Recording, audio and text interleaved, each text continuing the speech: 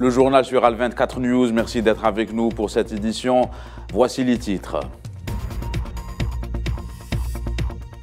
La diplomatie algérienne condamne dans les termes les plus forts l'attaque perpétrée contre l'armée nigérienne à Tabatoul, dans le sud du pays.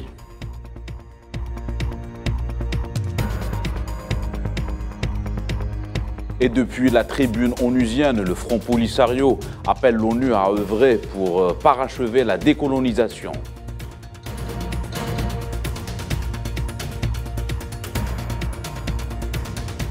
En Syrie, dans la région de Homs, des dizaines de blessés ont été déplorés lors d'une attaque contre une école militaire.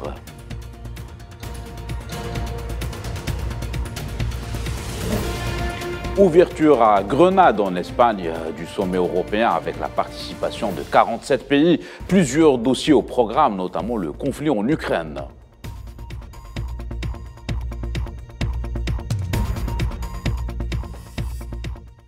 Voilà pour les titres. Bonsoir à tous. On entame cette édition par l'actualité continentale. La diplomatie algérienne a condamné dans les termes les plus forts l'attaque terroriste perpétrée contre un détachement des forces de l'armée nigérienne à Tabatoul, au sud du Niger, qui a causé une dizaine de morts et 2 blessés. En ces pénibles circonstances, l'Algérie présente ses sincères condoléances aux familles des victimes tout en souhaitant un prompt rétablissement aux blessés. Elle réitère à cette occasion sa pleine solidarité avec la République du Niger et le peuple nigérien. On pouvait lire dans le communiqué du ministère algérien des Affaires étrangères.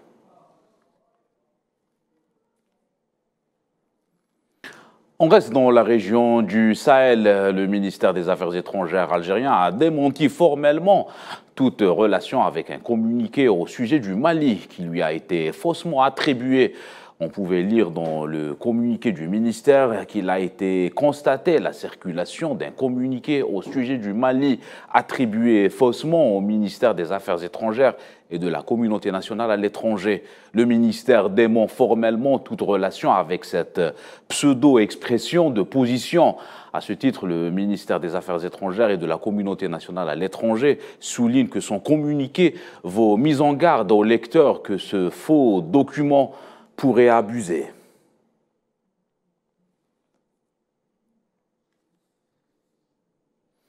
Dans le domaine de la coopération, le Premier ministre algérien Ayman Ben Abdelrahman s'est exprimé à l'occasion de l'Assemblée générale extraordinaire de la Société régionale de l'habitat et de l'hébergement en Afrique, Shelter Africa. Ayman Ben Abdelrahman a affirmé que l'Algérie accorde une attention particulière aux projets intégrés susceptibles de contribuer au développement du continent africain, à l'image de la route de l'unité africaine ainsi que la liaison axiale transsaharienne en fibre optique et l'ouverture de banques algériennes dans des pays africains.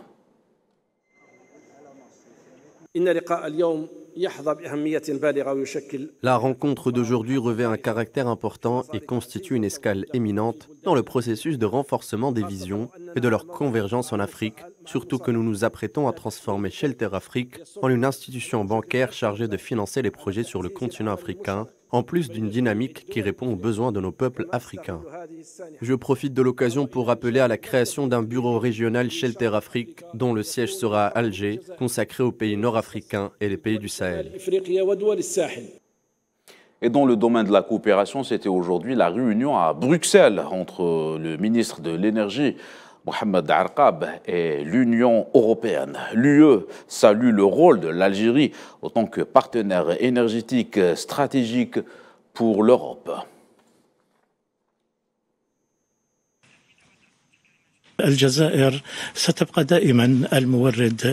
L'Algérie restera toujours un fournisseur important pour l'Europe en matière de gaz, comme cela a toujours été le cas, à travers un engagement sain et régulier, malgré les conditions difficiles, notamment lors de la période du Covid-19 qu'a traversé le monde. Et l'Algérie a été un fournisseur de confiance et sûr vers le continent européen. Poursuite des travaux de la 4e commission de décolonisation au siège des Nations Unies à New York, avec pour thème plusieurs dossiers, notamment la question du Sahara occidental. Ce territoire non autonome est soumis au processus de décolonisation conformément aux résolutions onusiennes. Le point avec Lila Gertal. Le représentant du Front Polisario auprès des Nations Unies et coordinateur avec la MINURSO, Sidi Mohamed Ammar, n'a pas hésité à appeler, lors des travaux de la 4e commission de l'ONU chargée des questions politiques spéciales et de décolonisation, à œuvrer pour parachever le processus de décolonisation du Sahara occidental. Le représentant du Front Polisario a rappelé aux États membres de la commission que, de par leur statut, ils sont appelés à respecter, à promouvoir la liberté de la dernière colonie d'Afrique. Il n'y a pas d'alternative, dira-t-il, à l'exercice libre et démocratique pour le peuple sahraoui, pour son droit à l'autodétermination. Le peuple sahraoui bénéficie du droit inaliénable à l'autodétermination et à l'indépendance. C'est un droit que ni le temps ni les aspirations illégitimes que le colon marocain veut imposer par la force depuis 1975 ne peuvent perturber. Il n'y a pas d'alternative au droit du peuple sahraoui à l'autodétermination et à l'indépendance. Le représentant du Front Polisario, Sidi Mohamed Ammar, n'a pas été avec le dos de la cuillère non plus et a même qualifié de honteux et d'insultant de voir un État voyou tel que l'occupation marocaine, dira-t-il, présent dans cette commission pour parler du droit international et des droits de l'homme. C'est honteux et humiliant pour l'ONU de voir le Maroc présent dans cette commission pour parler du droit international et des droits de l'homme alors qu'il poursuit sa colonisation illégitime des terres sahraouis et opprime le peuple depuis des décennies. Ceci est inacceptable et impardonnable. Vous, les États membres, vous êtes appelés à respecter la liberté du peuple sahraoui et à œuvrer pour mettre fin à la dernière colonie en Afrique. Ceci en rappelant que plusieurs États intervenant lors de cette 4e commission chargée de la décolonisation ont mis en exergue le caractère illégal de l'occupation du Sahara occidental par le Maroc. Actualité continentale toujours, le Premier ministre du Niger, Ali Mahaman Lamine Ziane, est attendu ce 5 octobre 2023 à la capitale malienne, Bamako, confirme une source officielle malienne. Les deux parties évoqueront notamment des questions d'ordre économique. Le Mali et le Niger ont récemment formé avec le Burkina Faso une alliance de défense. La charte de cette alliance prévoit que chaque pays se fasse assister par les autres en cas d'agression extérieure. Et au Niger toujours, le désengagement des militaires français du Niger, annoncé par le président français Emmanuel Macron le 24 septembre dernier, commence dès ce jeudi 5 octobre. Pour l'armée, le temps est compté, puisque le retrait des 1500 militaires français doit être achevé d'ici la fin de l'année 2023. La situation a été tendue entre les autorités de transition et Paris après le coup de force du 27 juillet dernier et la destitution du président Mohamed Bazoum. Au Burkina Faso, plus de 6000 structures éducatives du pays restent encore fermées à cause de l'insécurité. C'est ce qu'a indiqué le ministère burkinabé de l'Éducation nationale.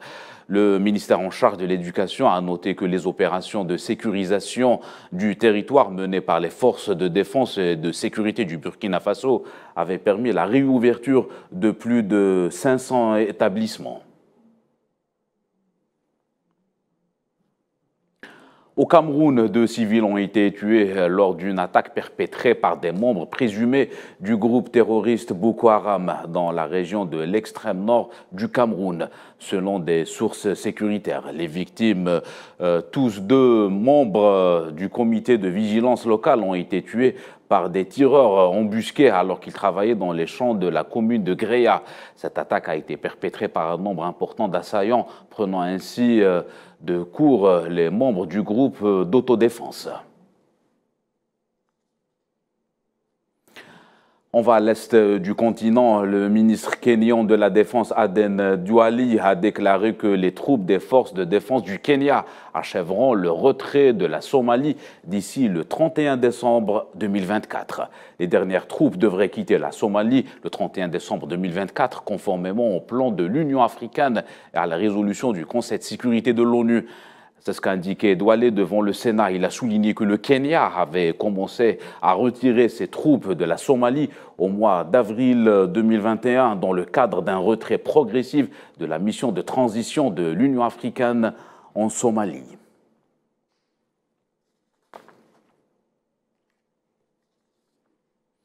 Direction le Moyen-Orient, en Palestine, une nouvelle fois, des colons extrémistes ont pris d'assaut l'esplanade Al-Aqsa Al-Quds, une forme de provocation à l'égard de la population locale et au droit international. Le point avec Naïla Aït Hamouda. Sous une haute protection sioniste, des centaines de colons ont occupé ce matin la mosquée d'Al-Aqsa. La horde sauvage sioniste a interdit les fidèles palestiniens d'y accéder. Elle a entravé l'entrée des étudiants dans les écoles d'Al-Aqsa et a obligé les commerçants à baisser rideau, afin de faciliter aux colons d'effectuer des rituels talmudiques. Une démonstration de plus qui coïncide avec les fêtes juives, qui s'ajoutent à des faits similaires quotidiens dont l'administration d'Al-Quds n'a pas manqué de condamner. Ces incursions sont devenues récurrentes. La mosquée Al-Aqsa est témoin d'une série de violations des colons, dans le but d'imposer un contrôle total, d'empêcher les fidèles d'exercer leurs droits de culte et d'appuyer la judaïsation du site. Ces atteintes successives ne se sont pas limitées à Al-Aqsa. Des groupes de colons ont également envahi ce jeudi le tombeau de Joseph dans la ville de Naplouse. Cette visite provocatrice a déclenché des affrontements avec les forces d'occupation dans le camp de réfugiés de Balata, faisant plus de 100 blessés côté palestinien. La barbarie sioniste a une nouvelle fois endeuillé des familles palestiniennes. À l'aube de ce jeudi, 2 jeunes Palestiniens ont été exécutés lors de la prise d'assaut par les forces de l'occupation du camp des réfugiés de Tolkaram. Selon le porte-parole présidentiel Nabil Abou Rodaina, ces crimes quotidiens menés par la horde sauvage sioniste contre le peuple palestinien sans défense poussera la région vers l'explosion. Abou Rodaina déclare également que l'administration américaine est seule responsable de cette dangereuse escalade sioniste par son mutisme. Il l'a appelé à intervenir immédiatement par des mesures concrètes sur le terrain pour éviter la catastrophe. Et 2 citoyens palestiniens sont tombés en martyrs aujourd'hui dans la ville de Tolkaram suite à un assaut mené par les forces d'occupation à l'aube. Selon le ministère palestinien de la Santé, les 2 martyrs sont issus du village de Choufa. Et durant ces affrontements, les forces d'occupation ont enregistré la blessure de 5 soldats.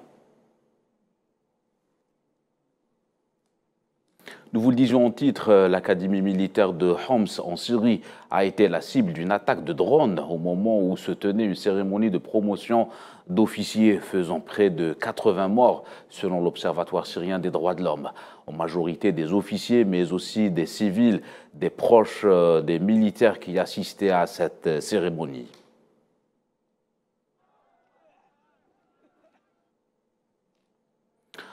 On reste dans la région, l'ouverture à Amman d'un bureau de l'Organisation du traité Atlantique Nord, OTAN, a été au centre d'une visite officielle mercredi dans la capitale jordanienne du secrétaire général adjoint de l'Organisation pour les affaires politiques et de sécurité, Javier Colomina.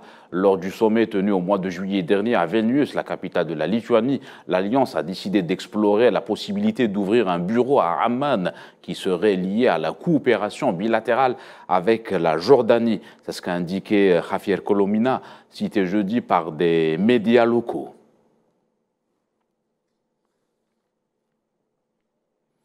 L'incendie de forêt qui avait dévasté une partie de l'île espagnole de Tenerife aux îles Canaries au mois d'août dernier a connu de fortes réactivations ces derniers jours, passant au niveau 2 sur une échelle de danger de 3 dans la nuit de mercredi à jeudi. C'est ce qu'a annoncé les autorités locales. Cette zone du nord-est de Tenerife, dont le très touristique archipel des Canaries, avait vu près de 15 000 hectares ravagés cet été, soit environ 7% de la superficie de l'archipel.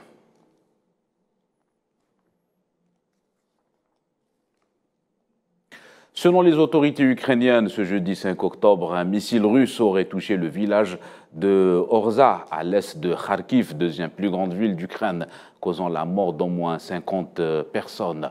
Pour le président ukrainien Volodymyr Zelensky, qui se trouve actuellement à Grenade pour le sommet européen, il s'agit d'un tir de missile contre une épicerie ordinaire.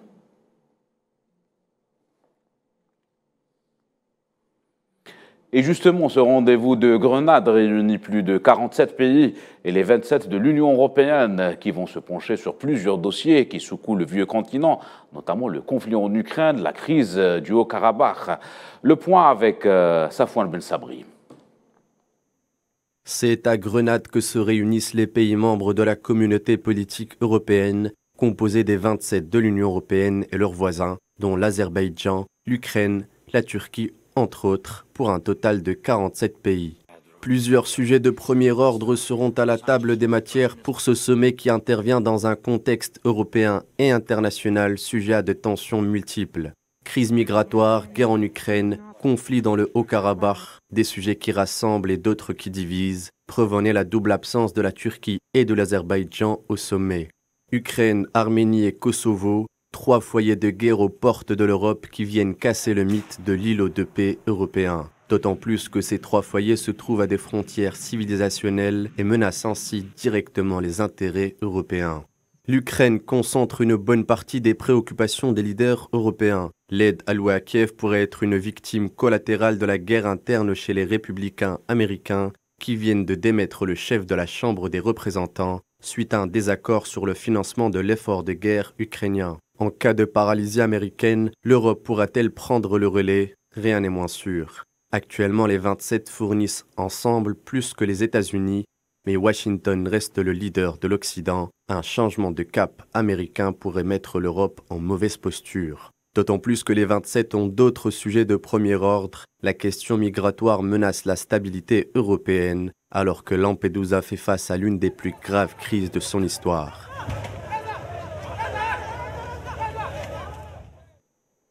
Et pour le président ukrainien Volodymyr Zelensky, il est impératif d'envoyer un signal clair au Kremlin qui envisage actuellement plusieurs scénarios pour les années à venir. Déclaration faite à Grenade lors du sommet européen. La Russie envisage actuellement plusieurs scénarios pour les années à venir. L'un d'entre eux est particulièrement dangereux. S'il y a une pause dans leur agression contre l'Ukraine, un gel de la situation, il y aura un nouveau moment critique, 2028. Si la Russie est autorisée à s'adapter maintenant, d'ici 2028, le Kremlin sera en mesure de restaurer le potentiel militaire que nous avons détruit. Et durant ce sommet à Grenade, le président azerbaïdjanais Ilham Aliyev refuse de prendre part à une rencontre avec le premier ministre arménien Nikol Pachinian en raison des récentes marques de soutien européennes à Yerevan. La réunion devait se tenir ce jeudi en Espagne. Pour rappel, les deux pays connaissent une tension persistante autour de la région du Haut-Karabakh, disputée depuis plus de 30 ans entre les deux parties. Le président d'Ouzbékistan, Shavkat Mirziyoyev, s'entretient demain à Moscou avec son homologue russe Vladimir Poutine, selon le Kremlin, qui a ajouté que les négociations vont aboutir à l'adoption d'une déclaration commune des présidents Poutine et Mirziyoyev, ainsi que par la signature d'un certain nombre d'accords commerciaux visant à renforcer la coopération entre Tachkent et Moscou.